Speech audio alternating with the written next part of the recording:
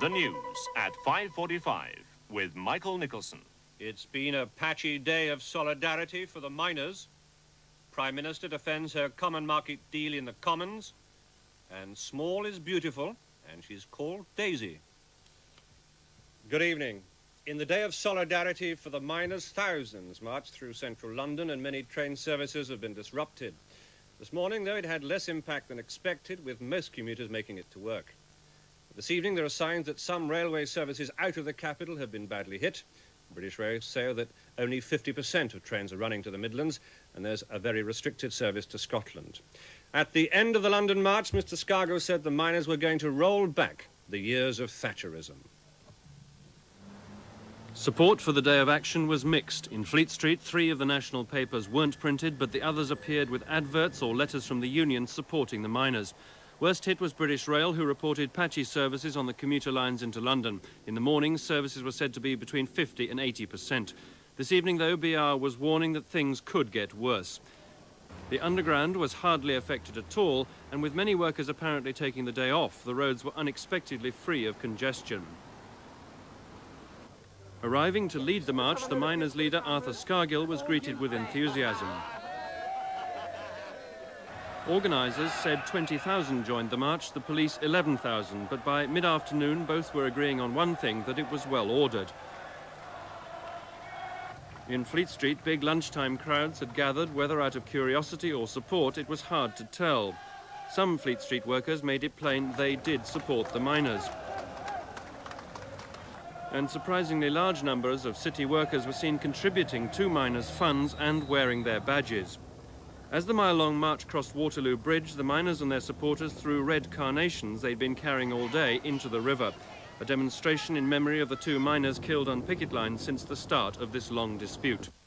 In Jubilee Gardens, a 2-minute silence for the 2 pickets, and then a message from Mr. Scargill.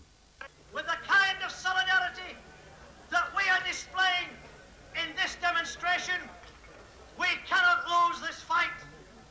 More important, we will begin to roll back the years of Thatcherism. We shall begin to turn economic ruin into economic prosperity. We can turn unemployment into employment for all. But at the end of the day, we should recognise that this is a fight for the right to work. It's the noblest aim that we can have. Join us in that fight, and victory will be ours. Giles Smith, ITN, Central London. Steel unions at Llanwern in South Wales say the plant is in danger because of the miners' strike. They claim shortages have caused coke ovens to collapse there. The steelmen have now pledged that they'll use coal and iron ore supplies from any source to try to keep the plant going. A union official said we'll not stand idly by and see Llanwern die. The trains carrying iron ore to the steel plant were again halted today when their drivers refused to cross the picket line. British Steel was apparently anxious to distance itself from the steelworkers' press conference, although it was held inside the plant. Miners' pickets were on duty outside the gate, and there was obviously deep resentment from the union committee at Llanwern because they feel they've been singled out for harsh treatment by the miners. They said they'd take raw materials from anywhere to protect the plant. Our fear is this plant will be shut down because of this short supply of materials into this plant, and other people then would take, if you like, certain decisions that could have a long-term effect on this plant. And we're very clear about that.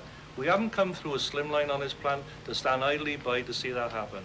As much as we want to talk to people and get around a table and come to some sort of understanding or arrangement, we're not standing idly by and seeing this plant die. But why had Llanwern been singled out? We are the easiest ones to hit. That's the simple reason why we're the easiest ones to hit. But let me say this, we all dedicated to Llanwern here. But we're dedicated as a trade union movement, and we're trying to convince our brothers in Yenwem and Aslip and Anywar to look after us for God's sake, or this community will be dead. But the steelmen's pleas are likely to fall on deaf ears. The miners have already made it perfectly plain that they want their strike to bite, and in order to do that, they want cuts in production in the steel industry. It's believed there's a new move by some officials of the miners' union to disqualify members who have carried on working during the strike. The proposal's in the form of a motion which is to be debated at a special delegates conference next month. The motion appeared on an agenda that had been leaked to a journalist. At least 6 pickets have been arrested outside the Bilston Glen Colliery in Scotland after miners charged a police cordon. It happened as working miners started to leave the colliery at the end of their shift. Trouble started as pickets watched the shift change at Bilston Glen this afternoon. Most of the men involved are safety workers authorized by the union, but the pickets were certain some were working miners.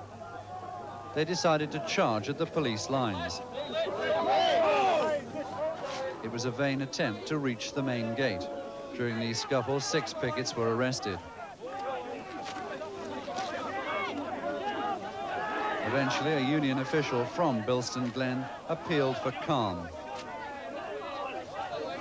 And there are no scabs coming into the pit.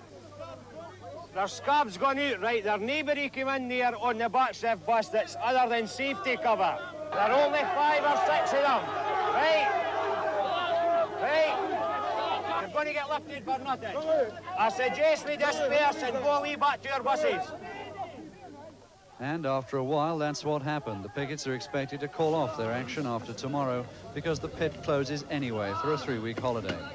Ken Rees, ITN, Scotland. Now the rest of today's news, and in the Commons, Mrs Thatcher's been defending the deal on Britain's common market payments that was thrashed out at the Fontainebleau summit. She said the £660 million rebate and the other concessions meant a fairer and more soundly based system. But she got a rough reception from some of her own backbenchers as well as from Labour's. The Prime Minister got a mixed reception from the Commons for the deal she'd brought back from the summit, scepticism from Labour and some Conservatives, and praise for her tenacity from others. Mrs Thatcher claimed the agreement was a successful culmination of persistent efforts to solve the budget problem. Britain's contributions would now fall in real terms. The Labour leader Neil Kinnock disagreed, saying that because Mrs Thatcher had agreed to an increase in common market funds by accepting a higher ceiling on everybody's contributions from VAT, we would end up paying more. Mr Kinnock and a number of Conservatives objected to this increase in own resources, as it's called. Without a reform of the common agricultural policy, they argued, this extra money will just go to create yet bigger food mountains. Mrs Thatcher said the community finance ministers had been told to come up with financial measures to guarantee limits on agricultural spending. That pledge did not appease the critics. One Conservative, Peter Lilly, said that encouraging the common market to spend less by giving them more money was like offering an alcoholic unlimited whiskey on condition that he signed the pledge. But potential Tory rebels were more than matched by Conservatives getting up to congratulate the Prime Minister on a reasonable settlement. It doesn't now look as if the government will have much difficulty in getting Commons approval for the deal. Glyn Mathias, ITN, Westminster. Mari Payne, the little girl whose body was found in Epping Forest after she had been missing for more than a year, was buried near her home in Essex today. Among the tributes was a wreath from prisoners at Wandsworth Jail who had appealed for information during the police hunt for 4-year-old Mari. Outside the family home in Goresbrook Road in Dagenham, flowers to the little girl who vanished 15 months ago were laid out on the family lawn. Many of them tributes from total strangers to the girl known to her family and friends simply as Mari.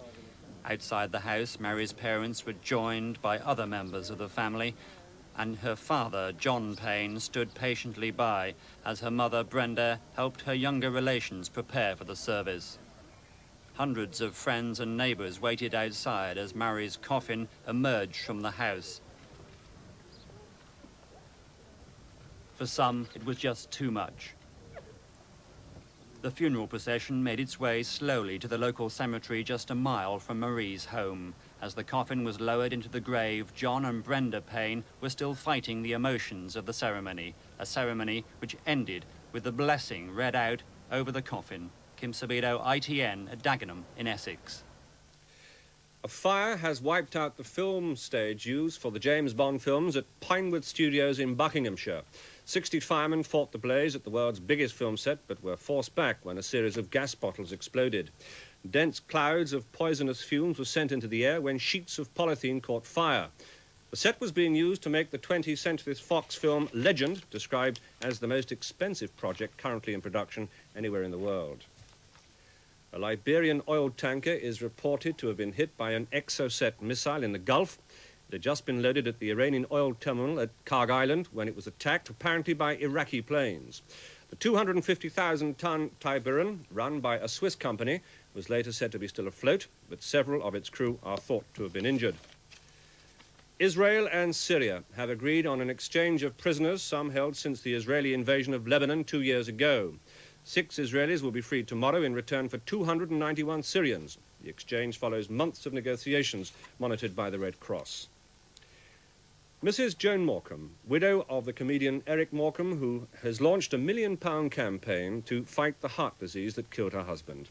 A new research centre at St Mary's Hospital in London aims to cut the heart attack rate by diagnosing the trouble sooner. The comedian, who died after his 3rd heart attack last month, had planned to open the centre himself. This highly sophisticated equipment is being used to detect the beginnings of heart disease. From these changing patterns, doctors monitor differences in the makeup of the heart muscle. Ultrasound measures the speed of red blood cells in the body's main blood vessel, again giving vital information. This is important because by far the biggest problem with heart disease is that you don't know you've got it until it's too late, which is what happened to Eric Morecambe. Eric was such a very, very healthy and exuberant personality that he was the last one in the world anyone would have expected to have a heart attack. But if there was some way of, when you perhaps have an annual checkup, they also could tell whether the heart was actually sort of being damaged in any way, or the arteries around the heart were becoming blocked, then yes, then perhaps he could have benefited from that. And that is precisely the aim, to get this system out on the streets in just the same way as the mass X-ray vans were used to detect tuberculosis in the 50s. Joan Thurkettle, ITN at St Mary's Hospital in Paddington. Prince and Princess of Wales have opened a new treatment centre in Salisbury for people with spine injuries. The Princess was particularly interested in the centre swimming pool, where patients can take gentle exercise. She told other guests that she too enjoyed swimming. And she said that Prince William was able to swim himself, but he needed just a little help from armbands. Now Wimbledon, and Britain's John Lloyd has gone through to the 3rd round of the men's singles. He beat the American Greg Holmes 3-1. And in one of the best games so far, Jimmy Connors found his old form in time to defeat Stefan Simonsson of Sweden. Jimmy Connors was enjoying his tennis today. The early games were a showcase for his strength as much as his skill, with plenty of power from his opponent too. But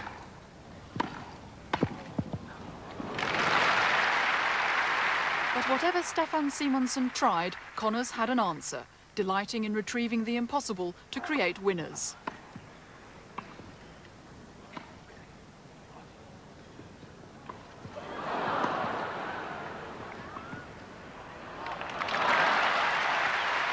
Connors questioned the decision of one line judge, others took more direct punishment. But it was all in good humour.